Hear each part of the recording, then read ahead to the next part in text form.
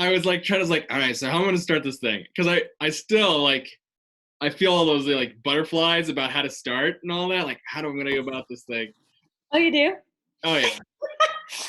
I always end up being on and then being like, oh yeah, I didn't plan what I was gonna say. Right. Yeah, that's where I'm at. So good morning. Welcome to Adam's Friday Flow for Entrepreneurs. Usually when I'm talking to someone, it's a lot easier. You know, it's like, okay, well, I'm talking to somebody now. Adam's Friday Flow for Entrepreneurs. There's also this other cool screen, which I'm going to show you right now because I just think it's slick. Oh, do you have a whiteboard? No, this is the Google's presenter view. Oh. So I could be showing the other view like on a overhead or something like that if I'm in person. But I just found out how to use it with Zoom, right. Which is I just have to keep the other screen small, like not full screen version. So just like right. a window on the screen. And I go into presenter view and it shows what you saw before. And then I get to see this. And then I can copy my notes from here and paste them in the chat and all that great stuff. That is a good little lesson thing. Yeah, that's fun. Anyway, and then also I can have a little timer up here, which when I when I was presenting for 1 million cups, I should have had. Yeah. I didn't do that very well. It happened. I think part of why it's hard to do 1 million cups presentations is because so few people actually get to do 6 minutes that then you aren't sure what it looks like. Like, well, I should have been one of the people. What do I talk about? What do I, I know. I should have been one of the people to show how it was done. Right. For 5 different reasons, at least. Anyway. When I did mine, they were like clapping me off at 5 minutes and 50 seconds, like, or whatever they did, the countdown thing.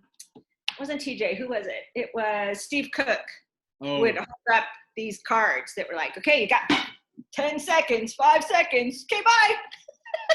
So the sad thing is I'm like the timer guy, like I feel like I should be, but I have no grounds to do that, especially because how long mine went. It's like, what? This is ridiculous. Yeah, no one remembers. Yeah, well. People do not have the same memory of your thing that you do. And so it's already like, whoosh. Yeah. If they might remember some stuff that was relevant to them, but they don't remember the overall details. Well, let's get back to this previous things. Let's get back to this thing, and I will try to keep my pattern. That was my mantra last time, was, all right, those are good thoughts. Let me get back to what I think should be my rhythm. Yeah, do your thing. I'm just here because I've been meaning to support you. Well, thank you. I appreciate you showing up. So, you never know what might happen. Right. Oh dear. So we'll share this screen again. For those of you who are just joining me, this is Adam's Friday Flow again for entrepreneurs, and our focus today is going to be on tracking to-dos, which has a kind of a neat story about how I actually came up with doing that, which I'll talk about in a little bit. And I've got this nice screen here that I'm going to click on. Oh yeah, there we are. So I can do it from a presenter view. And it's clicking on, or I can click on the screen there. All right, so this is the plan for the meeting. This is the rhythm I'm supposed to be doing. In the future, I'll maybe get better at it, but I love the discussion part. So that's what I really enjoy about this. So I'm you know, the pattern is good, but I also like this little bit where we kind of go off track on occasion. All right, so the plan is we are recording. If anybody who's visits or attends, I really encourage you to use it on any of your social media if you like, and you can find it at sparksflow.com, also on YouTube, and I'll put the links on sparksflow.com sometime in the next week. So far, I've been doing that Thursday. Yeah, thanks. Oh, and I have, because I have my presenter notes here, I'm going to copy that, and I'm going to go up to here, and I'm going to open the chat. I'm going to paste it in the chat. Bam. There's that link. I'm gonna look very professional for those that are like actually on the Very nicely done. Very nicely done. Thank you. Anyway, so the attendees are going to do an intro. So everyone who's here already is going to introduce themselves. Anyone who shows up later will introduce themselves whenever they show up. And then I'm going to give my 3 sparks to kind of keep some discussion going in a direction. And if it goes elsewhere in the discussion, I'm not particular, but I'll guide things as I like to. So here's the intros. I am going to start with my name. So I'm Adam Sparks Brechtel, and my company is Sparks Flow.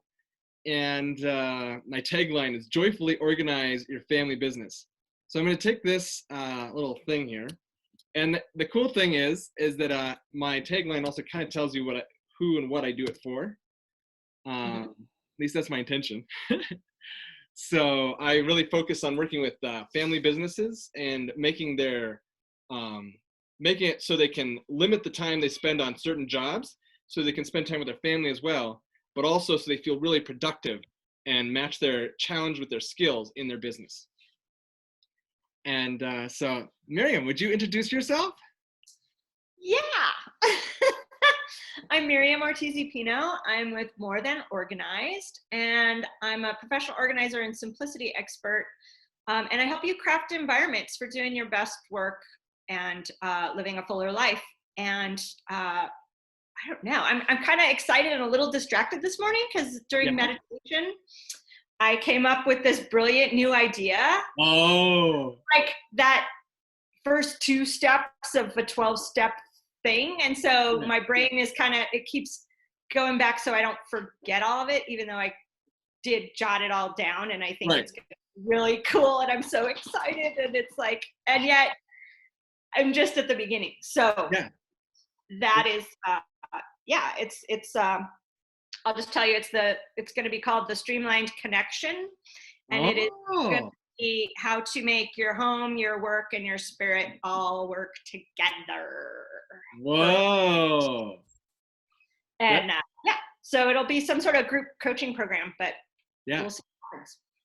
And you have like copyrighted some streamlined thing or something or other. What is that?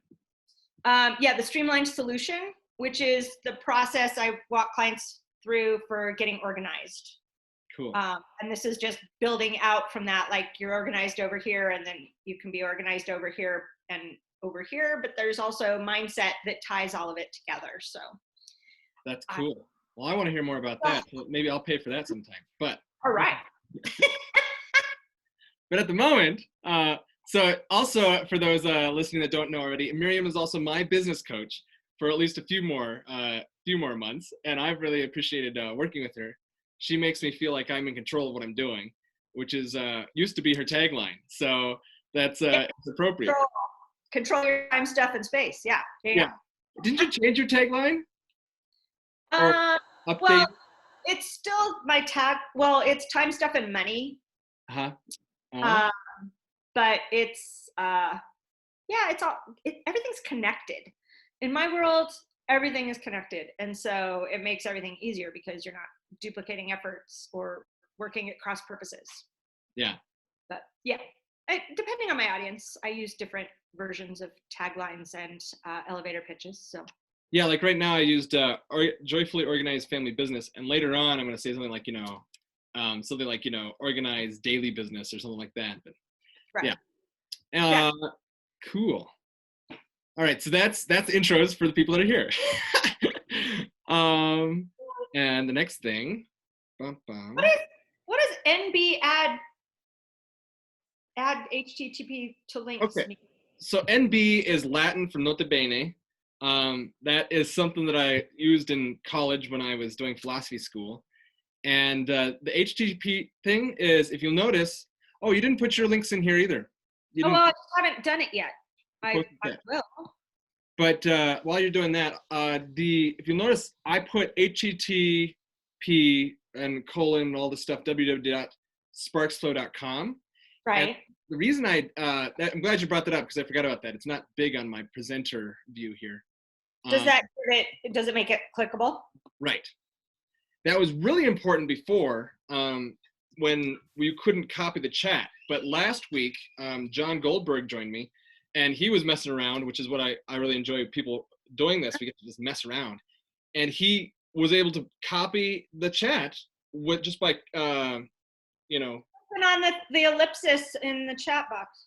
You didn't know that? What? You can, in the chat box where it says where you type what you're gonna put in chat. Yeah. There's the ellipsis, the 3 dots. You click on that and it saves chat. Right. So individuals can save it for themselves. Yeah. Yeah. Or you can, it's part of the recording. When Yes. you record it, it shoots you the chat file. And I take the important parts from that chat file and I put them on the YouTube subscription. I don't know if that's worthwhile time spent, but I'm doing it right now because it helps organize my thoughts. Oh yeah. No, I definitely think that kind of thing is worthwhile. Yeah. Sometimes in a minute it feels like busy work, but later, yeah, when you have a certain amount of content, it's so nice to be able to just kind of glance at things real quick. Yeah.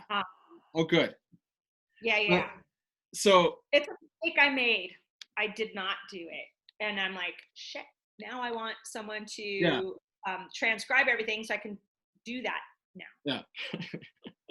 So that's cool. The ellipses, which is a good word to know. I know the word, but like connecting it with those 3 dots, that's great. It's like nota bene. Anyway, so which means note well. Anyway, the ellipses is one version, but then also with the new update, you can actually put your cursor over the chat, push Control-C, and then you can paste it somewhere else. You couldn't do that before. Before a week. No, it doesn't work on Mac. I'm on a Mac. Control or Command? You're right. Command-C. Sorry, I'm so accustomed to, yeah. So do Command-C. Oh, what was working earlier? Let me see here. Anyway, that's all right. Yeah, it worked. Yeah, you see what I pasted up here in the browser bar? Yeah. That was just it like, doesn't let me. So it maybe only works for the host. Oh, did you update your Zoom account recently? It went through an automatic update last week sometime. Okay, I don't know. I can't help you. I don't know what the problem is. All right, mine does it. John's did it. Other people did it. Also. Right. Technology. All right. So that's that. So we've introduced ourselves, and I get to push the button. Do I click on here? Nope. Because previous next. Okay. So, this is the part where I get to talk about what I plan to, and all right. So let me tell you about this. Last night, so usually I come up with whatever I'm going to talk about, a couple days ahead of time, and I scribble it down somewhere, and then it takes my stress off of me for the rest of the week because I'm like, all right, I have something, it's just something to give a direction. No big deal. I thought I'd come up with something, and I thought I'd written it down somewhere. I don't know where I wrote it down. And usually somewhere in the process, I have already converted it to the website, to this presentation. So it's already there, so I don't have to remember where I wrote it down because it's where I'm going to have it in the end. Well, as I was editing all of my stuff for publication yesterday, and the day was going on, I kept on thinking in my head, where is that? Well, it might be in my notes. Well, it might be there. It might be there. I don't really want to go searching for it, because it wasn't on this presentation like I'd hoped it'd be. And so I go and talk to my beautiful wife and said, this is the problem. And this is 10 o'clock last night. So you decided this would be the thing to talk about? She decided this was going to be the thing. You're having? Yep. And it was great because she was just like, well, why don't you do this? I'm like, great, doing it. Yes. So, yeah. So here it is. Here's my wife's presentation. Sort of. So the... this is going to help you never do that again. Yeah, hopefully. Yeah, so when I write it down somewhere, I get it on here early on. La vida. Anyway, hopefully my plan is to do all the editing I did yesterday today after this. All right, I love that, but I do want to point out that Zoom is sometimes a little slow in the rendering these days, and so I've been having to wait. Like right now, the one I did yesterday, it's still uploading to my Dropbox. No. Well, I turned my computer off overnight, and I don't know if that's has something to do with it, but it takes a really long time to upload to my Dropbox for some reason. So just know that whenever I used to do everything right after a class or presentation, but sometimes the technology will cause delay. So just give yourself a little cushion when you do something like that. There's 2 downloads I have to wait for on this right now, which is when it downloads to my desktop, because I don't have it going to a Dropbox or anything yet. Right. And then upload it to YouTube. Then backload it up to YouTube. And those can take, the whole collection of that could take anywhere from 2 to 5 hours. Yeah. For me, it's taken up to 48 hours. So. Hey! So that's one of the reasons why I don't do it right afterwards, but I'll wait. You could shoot for that and then adapt. Yeah, I keep forgetting about all that lag time. It's on my to-do list to set aside time. So there's a couple things I wanted to show. What she said is, how about you talk about how you collect your to-do list and you get things done, and prioritize stuff. Now, there is a system I use to kind of encapsulate all this that I got from you, Miriam, but I'm going to talk about the little bits and the little tidbits that I just work on, which is the timing tool. So that was one of the things she mentioned. It's like, you have a way you track time. And then also how I'm collecting the to-do list, and that's kind of changed, and I'm thinking about changing it again. And then in the end, celebrating, which is a good thing to do in habits as a habit thing. So like that, this is to kind of create your way to get things done. So the timing tool, I'll give a few examples here, and then we'll discuss all this stuff in just a little bit. But I'm going to try and be like so these are my 2 timing tools. I'm going to put them on the chat here. One is the tomato timer, and the other one is the time timer. So the tomato timer comes from a program called Pomodoro. And this is the tomato timer. And the Pomodoro is Italian for a tomato, because they used to have, I think of egg timers, but apparently they had ones that were tomatoes. And so you just turn it and it would set 25 minutes. I set mine for 20 minutes because I've learned from people like Miriam and the other professional organizers that I am part of in New Mexico, that 20 minutes is apparently this magical time that, like, at the end of that, it helps you reset or continue, and it works better than 25 minutes. And there's more behind that, I'm sure. I just don't know what that all is. But the way you do that. I will be right back. Yeah. Thank you. I'll continue talking to the screen because she knows most of this anyway. But on here, you have a way to change the time of the Pomodoro, so I could change it to whatever time I wanted and then save. And there's some other settings on here too. And I have it on automatically continuing, but I'm not going to do that right now because I don't want it to continue while I'm talking to people. So that little settings thing is handy.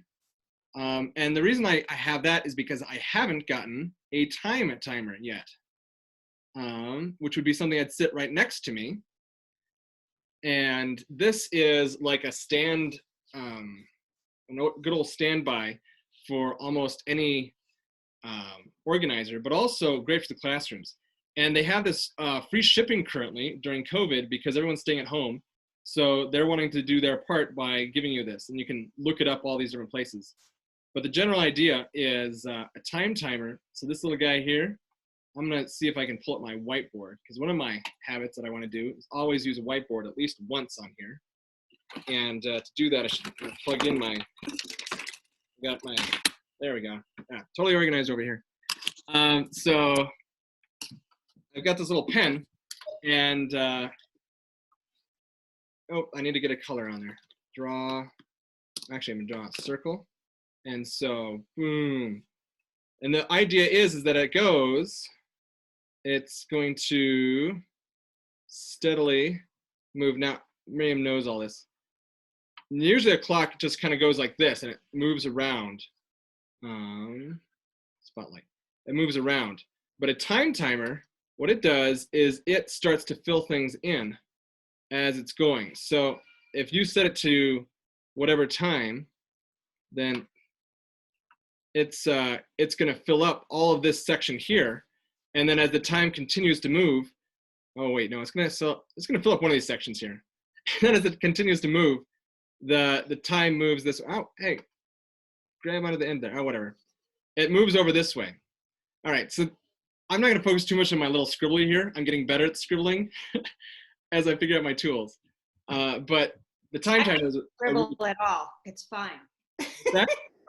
I can't scribble at all, so it's fine. Yeah, this is like one of those little tools that I want to make better use of, and so I'm like making a point of using it in my picture. But it takes practice. So you're seeing me practice here. So that's the time timer. And you can even see on their logo up here how it kind of works. So that little part here, as the time goes away, the red part gets smaller. No? The red part gets smaller, the white part gets smaller. The red part gets bigger, so the white part gets smaller. And it's really handy because then you don't have to remember numbers. You can just see that your chunk of time is getting narrower and narrower. And for me, it's just a brilliant idea because I'm more of a visual guy. All right, back to my presentation here. Set down my pen. All right, so that's the timing tools. So the one I use right now, and it's always available because it's on the internet, is the tomato timer. And I have it on my bookmarks up here on the top too, in my stuff. And it just opens in a package. One of these, I just push here and say open all 5. And one of them is the tomato timer. You're still showing the whiteboard. Thanks. Sure. Yeah. Change your view. Share. Okay, thanks. Yeah, so this, if I click on it, I can open all 5. All right. So, and then one of those things as I'm setting up is the tomato timer. And so that I can just click on it and say, all right, we're going to do the Pomodoro. We're going to get going here, and I'll start off. And there it goes. But I'll stop it because I don't want it to do that right now. Bam. All right. So then the to-do tools, real quick, but I don't feel like I do any of this very quick, which is okay. Somewhat. All right. So here is the list of to-do tools that I've used and I'm thinking about using. So the first one is where did I paste it? I thought I pasted it over here. Command V. It's not showing up on my chat, so I guess I didn't paste it. All right, so I'm going over here. Okay, keep is one of them, but that's because I clicked on the link in my notes as opposed to in the chat. So I'm going to post it in the chat. There we go. Oh, I did paste it. I don't know. It's on there a lot now for some reason. I think my computer is catching up with me. So the first one that I have on there is out of milk. And out of milk is this cool thing. This is the first electronic to-do list that I started using. So this is, for me, is kind of old school. And I don't have much on this account, but on my other personal account, I've got all kinds of lists on it. And there is a shopping list, there's a pantry list, and then there is a to-do list. And right now I'm using this to do my garage. I'm doing a YouTube series about organizing my garage because it is a mess. And I figured that it would help my people that work with me to be less uptight about how their stuff looks, because they can see how how I started and may still be when they get me. But I'm slowly working on that, and I'm using this. But it's a figuring out thing. So the to-do list really isn't very anything special. But the two parts I do like about this, and I do recommend, is the pantry. Because in this thing, if I've got this guy here, oh, I don't have anything actually listed on here. But the pantry can have like sort of full, partly full. There's a couple different ways you can actually quantify what's in your pantry. And the cool thing about it too is that you can move from the pantry to your shopping list without deleting the pantry list. So it'll shift over here, and it's been really kind of a neat little tool for that. And I'm using it for like when I put things in my pannier for my biking, I reshuffle my bag for different things, and it's nice to have a list of this is what should be here, and then I know I took something out, so I just look down it and see if I need to get it. And so the night before, I put in my shopping list, which is what I'm going to get from the house, and put back in the bag because I used it somewhere else. So when I take off, I've got it. And that's just a handy little way. And I don't know of anything that does that quite as well. So Out of Milk really focuses on these two things, and it also has prices in there too for those that like to use that. I haven't used that version yet, but that part of it where you can price stuff. But it's pretty cool. So what I am using right now is the Keep. I'm also using Google Docs and Google Sheets, but this is the Keep. And so these are different things of different ideas. And then I have my different categories over here. And so there's lots of things here you could use. And it's kind of a straightforward system. I'm also doing some a little tutorial about how shifting from one account to another account, because Google likes to streamline things and like give you only a few options, which makes it sort of clunky at times. But if you figure out how to do those things, then it works. But one of the great things is it's really simple and straightforward. So people like me who likes to make things complicated, if I'm sitting around too long, keeps it more simple. And then the other thing is Trello. And this is what I think I'd really enjoy doing. And Trello, you have these different little cards that you shuffle around, and you can name the different categories and you can make different projects.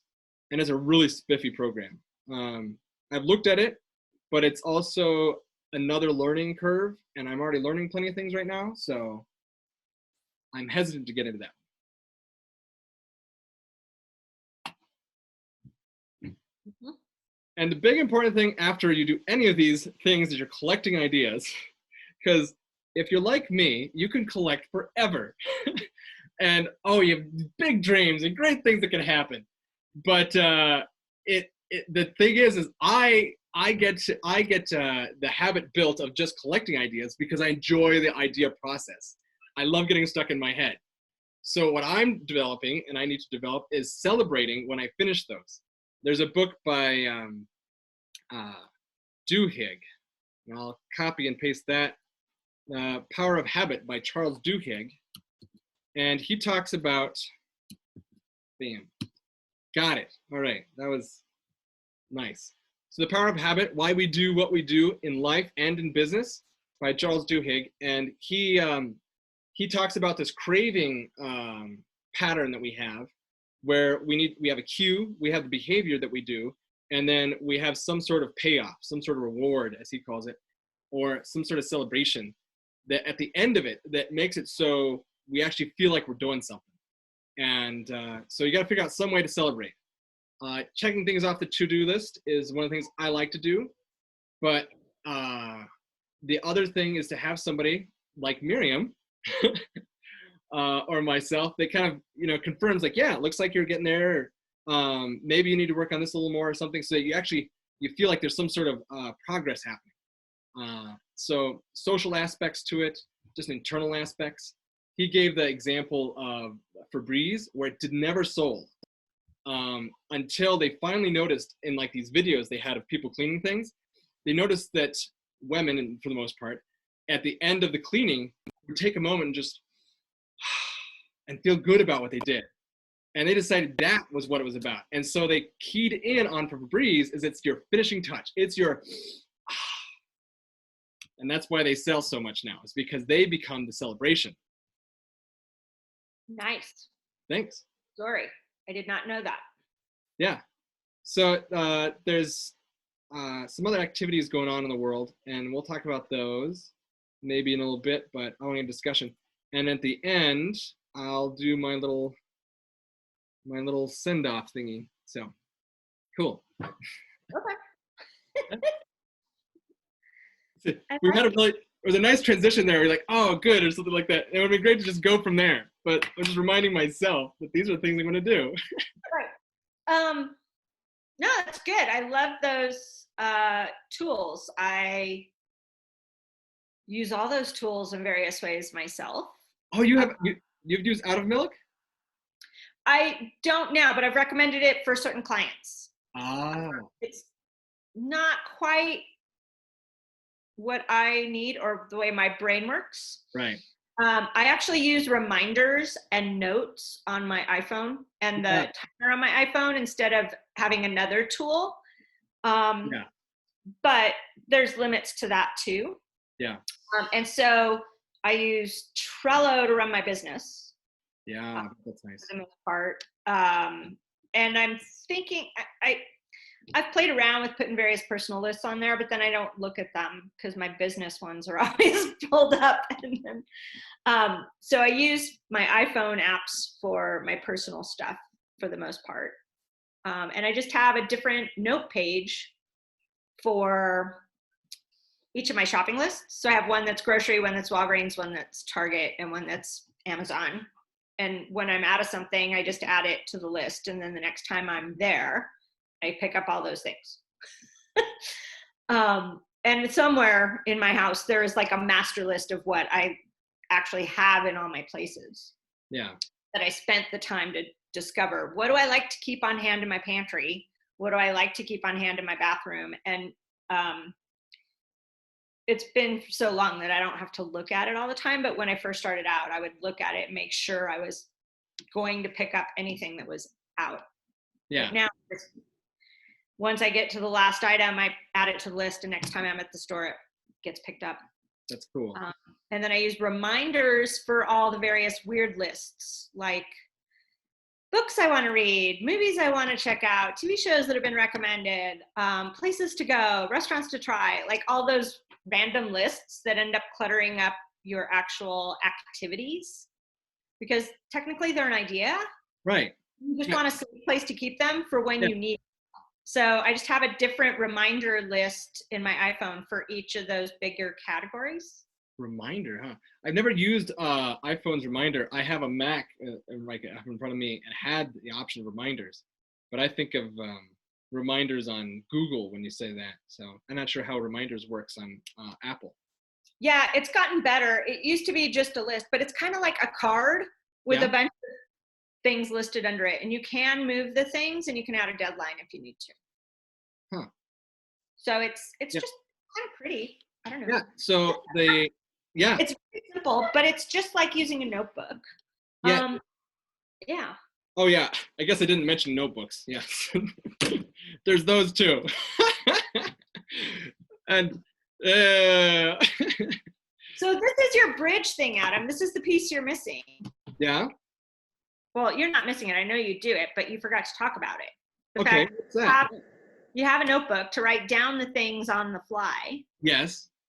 And then at the end of the day or the end of the week, you need to transfer the good ideas that populated that note page into whatever tool you're using to actually achieve things.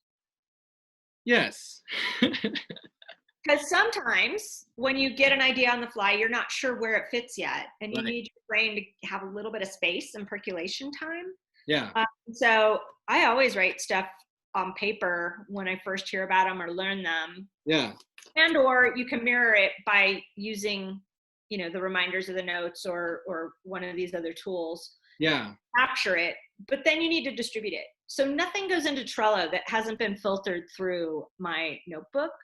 Oh, that's nice. Yeah, that's a good idea. Consideration. So then it's not like this random thing, like, I don't know where it fits yet or whatever. It stays in the notebook till I know how it fits into my action. Yeah. Yeah. I like that. Yeah, that's good because I don't think Out of Milk fits my to-do list in that way.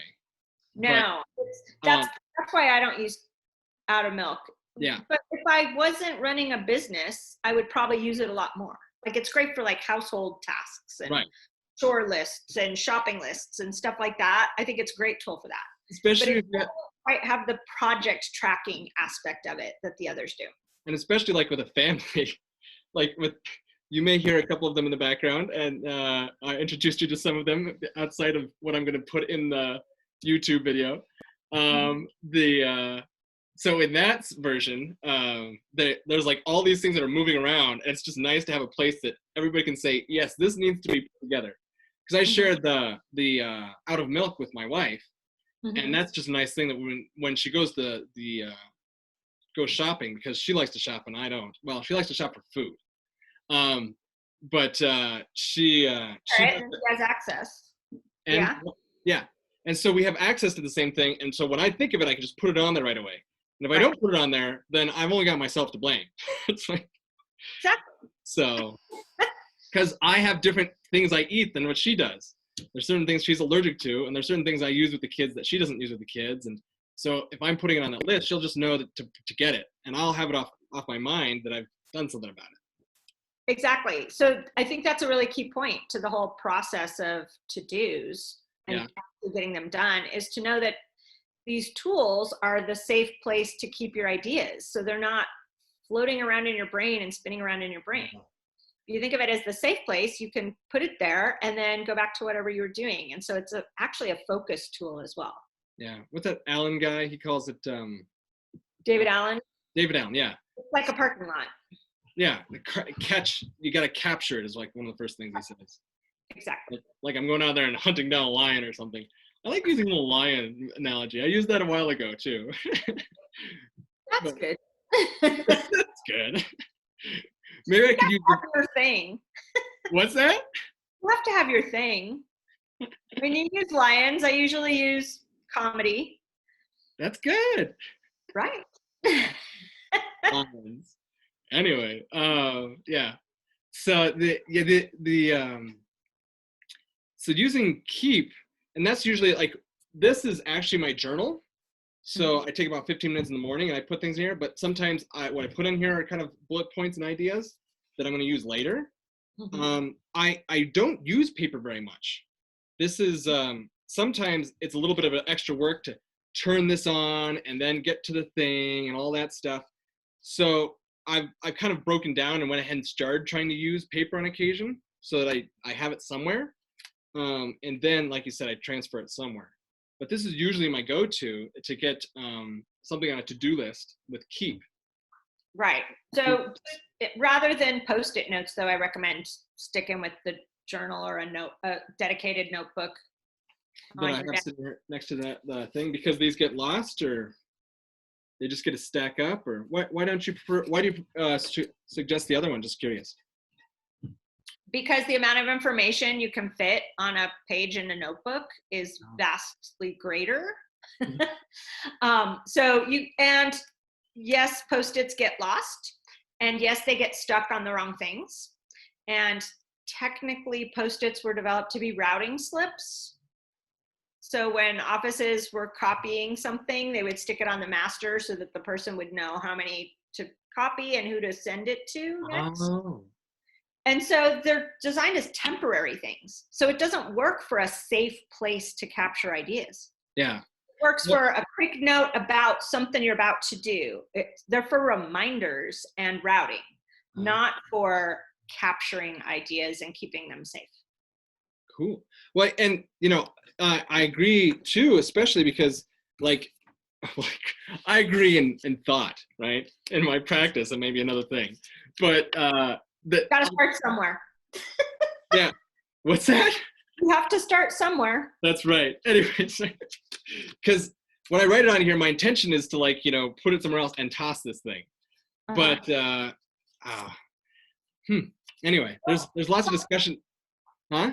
Another way to do it, and I don't know if I have one currently happening, is you can just stick the post, like especially if you have a notebook with a cover, like it works. It's gonna work better in like a Moleskin or something than spiral if you leave your spiral open a lot.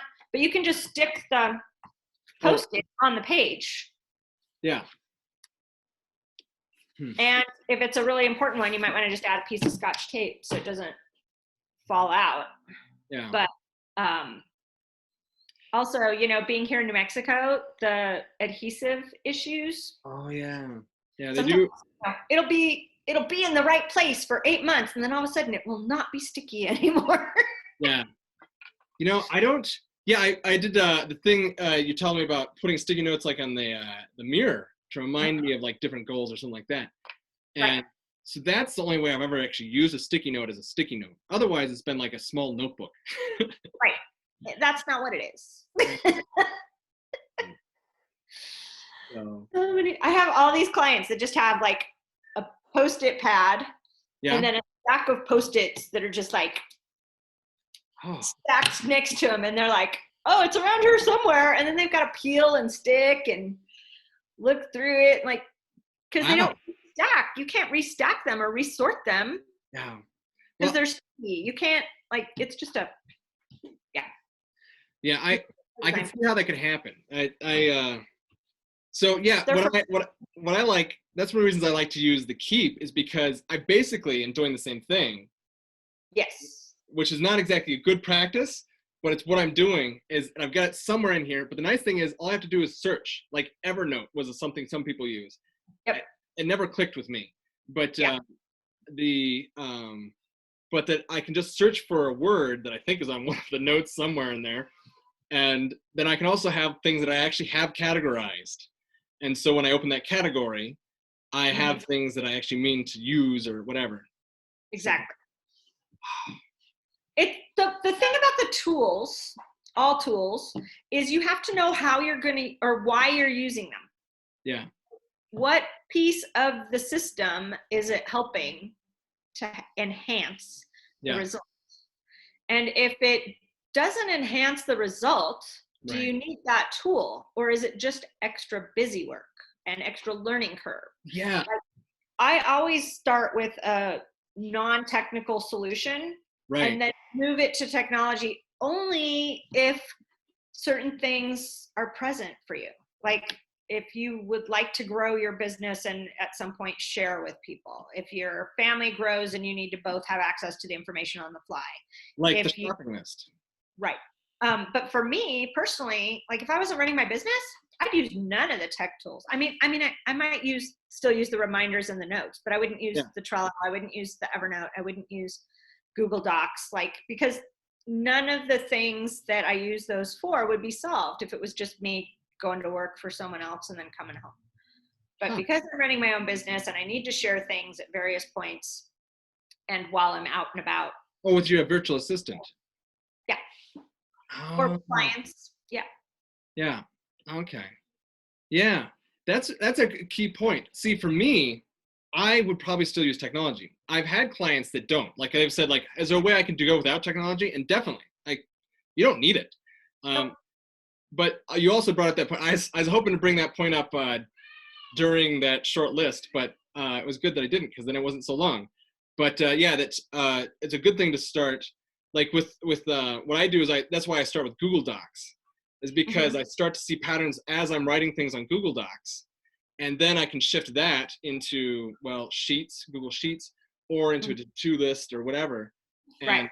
bring out like I'm realizing how handy Trello would be for some of the things I'm doing because, like for 1 million cups, there's some concepts and stuff, and we've got a Google Doc that we're sharing, which is really handy because right now people are trying to, during COVID, trying not to be near each other, so it's really handy for these tools right now. But if they're not being used, and there's like this level of, even if it's not hard to use it, there's a level of getting accustomed to it, familiar with it, or just like, yeah. And Trello, I feel like, from what I see, it's a little more obvious when you're moving things around on there. It can be. Trello is really handy for anyone that likes using Kanban style project management. It's really good for routines and repetitive things because you can just copy a card and then you have a new checklist for the next thing. So for 1 million cups, it would actually be a really good thing so that every week the same things get tackled. Exactly. And that the presenters are getting the same information over and over. Like you can make an onboarding card or a presentation card. So those kinds of things can be really handy. And you can share certain cards certain lists, certain boards, depending on what level of sharing you need to do. But I tend to be like, when I wasn't using Trello, I was the person that was sticking all the sticky notes in columns on a wall when I was doing a project. Oh yeah, well that's a great way to organize that, because it's just. Yeah, it's for planning and plotting. But then I'd have to rewrite it in some other form to get it to my client or my assistant. So now I just tend to do it in Trello. Because then you could get it right to the person. Yeah. Yeah, that's cool. It's a noodling option of rearranging things. Noodling option. That. Don't you like to noodle? I noodle on things a lot. I noodle and I percolate. That. Oh, you're a food person. Oh no. I like pasta, and I like to knock things off the oh boy. So this, yeah, there's the thing that I want to caution against is with to-do lists is I'm cautioning against it because I'm trying to figure it out myself. So it's just like you were talking about the Post-it notes. Like I did that. I had collections of Post-it notes, and so that I moved it to the digital because every time I'm looking for something, I wish I had a Control F, which is a quick note to be able to find thing on Google Chrome, and I think it works on a lot of other programs too. But Control F, and then I can just type a word in, and I can find it usually, and it's really handy.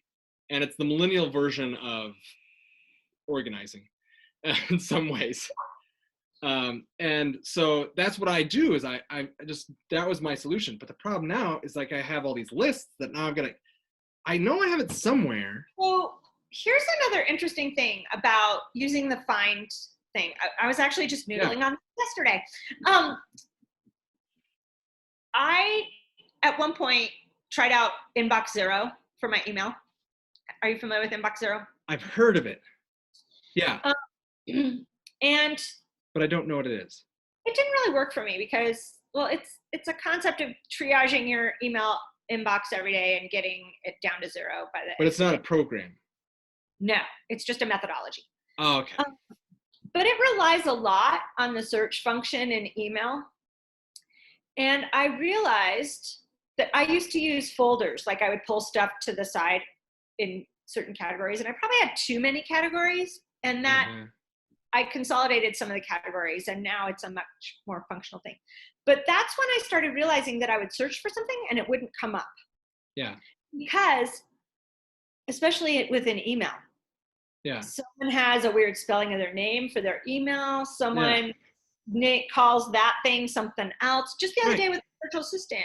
So I have a new virtual assistant, and my old one had moved the file into some place where she knew where it was, and it was new to me. It wasn't a bad place to store it. It just wasn't where I used to store it.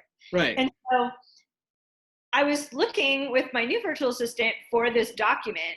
Yeah. And she's like, I know I saw it. I thought it was in here. Like, because she clicked through everything to familiarize herself. And I kept thinking it was under the old name I had for it. And the virtual assistant had changed the name to update all my naming conventions and things, which was fine, except it was still new to me, and I couldn't search for it. Right. And finally, like, we had to search for each separate word of what it might be and all around it. And then it finally popped up, and it was like, oh, that place doesn't make any sense whatsoever. We need to move it back to where both of us started looking for it, Yeah. But that's why I was noodling on it. And got to thinking that when you rely on search function, your brain stops looking for patterns and categories, and people get really bad at understanding how things fit together. Right. Yeah. And so you end up with lots of duplicates. You end up with lots of half-finished projects. You end up with big piles of mess because you forgot that this thing goes with this thing, and you want to use them together to get that thing. Yeah. Well, I'm glad you reinforced that. And that's why I'm a big fan of starting with the paper and then deciding for yourself where it goes. And it also fits into that concept you said about never picking up Evernote. I told you my story with Evernote. I loved the concept of it, and I started using it, and I realized it's exactly how I had my hard drive set up. So why do I need another program? Right.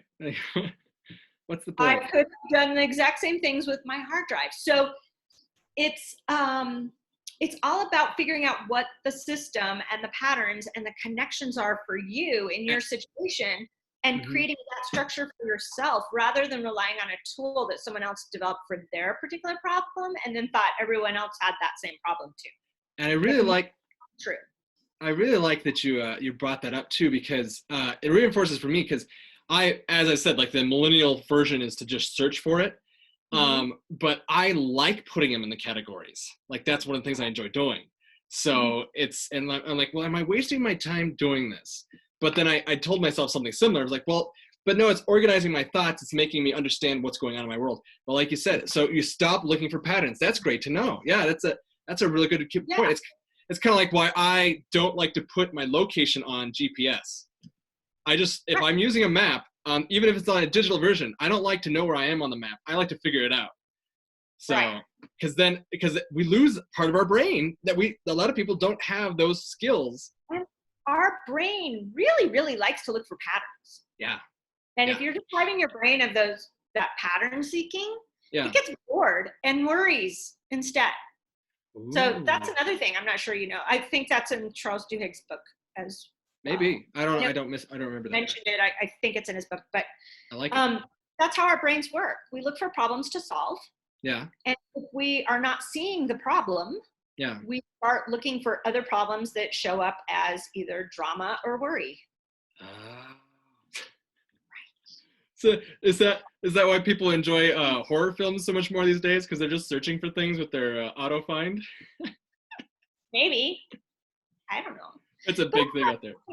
I'm having to redo my entire hard drive structure because for years I was just kind of dropping it into Dropbox and then searching for it. And then I started realizing I have many copies of that same idea. Right. I just haven't deployed it yet. And yet every time it crossed my mind, I was writing it down or starting a document or doing something with it. And it was like, it's not really moving it forward that way, is it? It's just kind of spreading it out and smushing it around. Wow. Well, it's good that you're able to see that too. I'm going to wrap things up here because we're coming up on the end of our time, and it was good. So a couple other links, I said I was going to come back to this, that I wanted to give. And for some reason, I've lost my presenter notes. So I'm going to escape out of this here. And I'm going to go to my presenter notes so I can copy them. Oh, it's here now. Presenter mode. Presenter from beginning. Presenter view. Ah, there we are. Okay. So now I've got my notes off to the side here. And I'll paste these on the chat.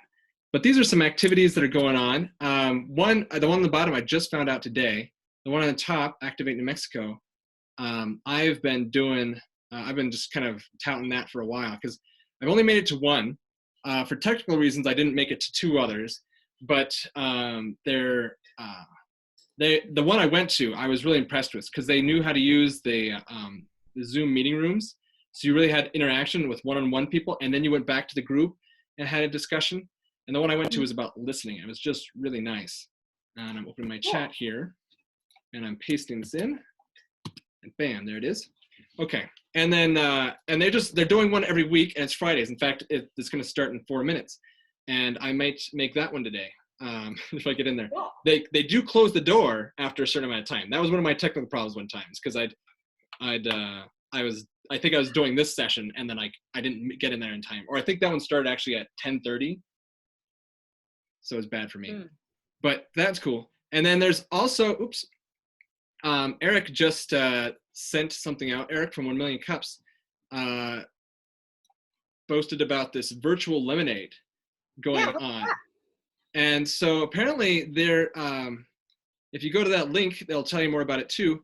But it's a creative collaboration. So they're taking artists and putting it into a program that is then fundraising for the heroes of COVID. So that's all I know. I just saw an email like minutes before I started this, and like, I'm throwing that on my links thing because I like to, send people to other places too, because there's lots of great stuff out there.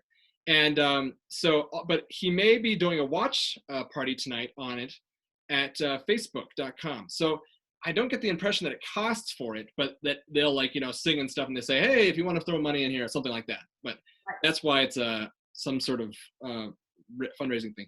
That's me just, guessing. And that's that. So those are cool things. So activities are going out there. People are being social in their own way without, going crazy on the opening economy, as they call it. Economy. Anyway, I learned recently that economy is like this weird concept that was never meant to be like something solid. It was like a concept that the government was using to sort of get a grasp on how the CCC and all the other like stuff was making an effect. And then it was just too tempting to use it as a solid idea, like a solid measure, that Mr. Roosevelt, I think, used it on his talk and says, "Oh, this economy," or whatever. And since then, everyone's like locked onto it. And it's funny because when I tried to teach economy for 1 year, that was one of the things. Is like economists, the one thing they know is they don't know. And it's like, okay, great. Well, if they remember it. So thank you for joining me. And thank you for those who might see this later on YouTube. And I encourage you to invite anybody else to come who would like to joyfully organize your daily business.